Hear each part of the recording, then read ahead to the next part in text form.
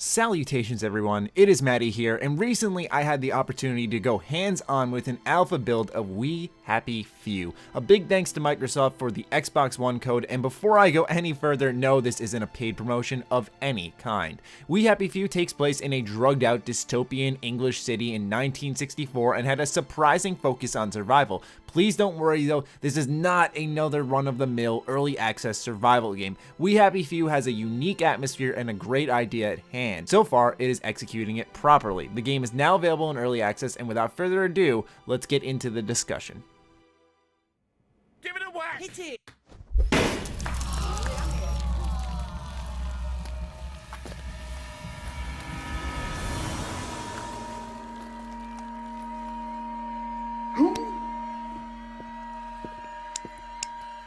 You are off your joy. The build I played features 50% of the procedural world that Compulsion Games has built.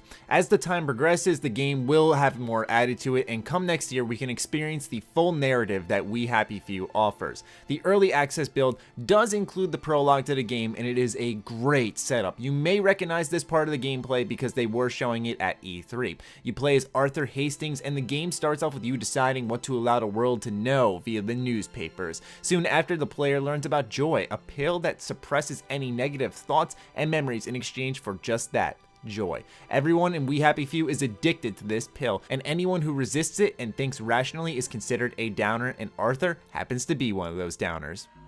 Oh my lord. He's a downer. Call security. We've got a downer. After the exciting prologue, the game submits you into its open world. We Happy Few has serious Bioshock and Dishonored vibes between the art style, HUD, animations, atmosphere, time period, and so on. If those games are appealing to you, then this game should be something that you should keep your eyes on. As I said earlier, the open world has a survival-focused gameplay, fighting items littered about abandoned houses, discovering interesting lore about the world you're stuck in, and crafting items through schematics you uncover. I know on paper this sounds like an early access game out there on Steam, but it is so much more than that, and maybe it's due to the setting and aesthetics of the game. The game has a health, hunger, thirst, and sleep meter that you have to keep track of. At first, these mechanics are harsh. I had trouble finding water anywhere or food that wasn't rotten. I actually died of thirst at one point, and after a second crack where I had learned my lesson, I really enjoyed these survival mechanics. They didn't feel forced, but kept me alert.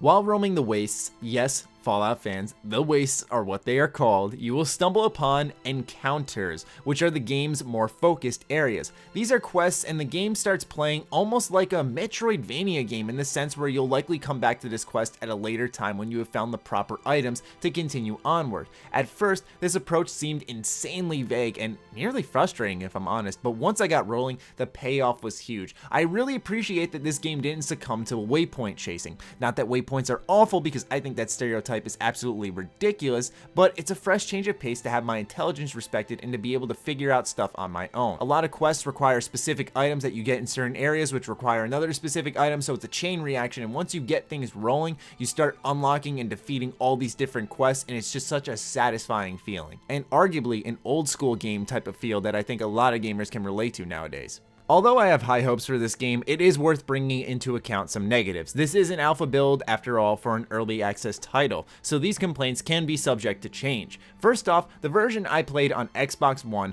had some serious frame dipping when I stumbled upon one of the encounters I mentioned earlier. I'm not entirely sure if the PC version is any better, but the performance needs fixing, not only in the terms of frame rate, but also with texture pop-in, draw distance, and so on. Aside from tech issues, I wish We Happy Few approached lore a little bit differently. Sometimes I would find random interesting notes, but they'd be in a random garbage can that I'd already seen 50 of. It would do the game much better to put these interesting tidbits and points of interest to further immerse the player in the universe. The same could be said about the schematics that allow you to craft objects. You can find them in the world at certain points of interest, but a lot will just randomly unlock when you find a certain material out there. Lastly is the inventory system, which needs some filters to organize things because I sometimes would spend way too long looking for food or water. Right now, We Happy Few has some great ideas. It is a really enjoyable game so far, but has a lot to iron out ahead of it, which I believe it will. This isn't a game you should spring on right away and pay money for the early access, but this is definitely one you must keep your eyes on.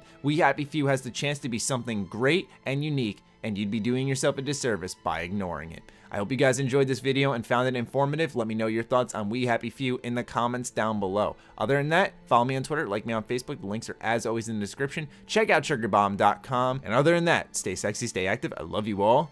Peace.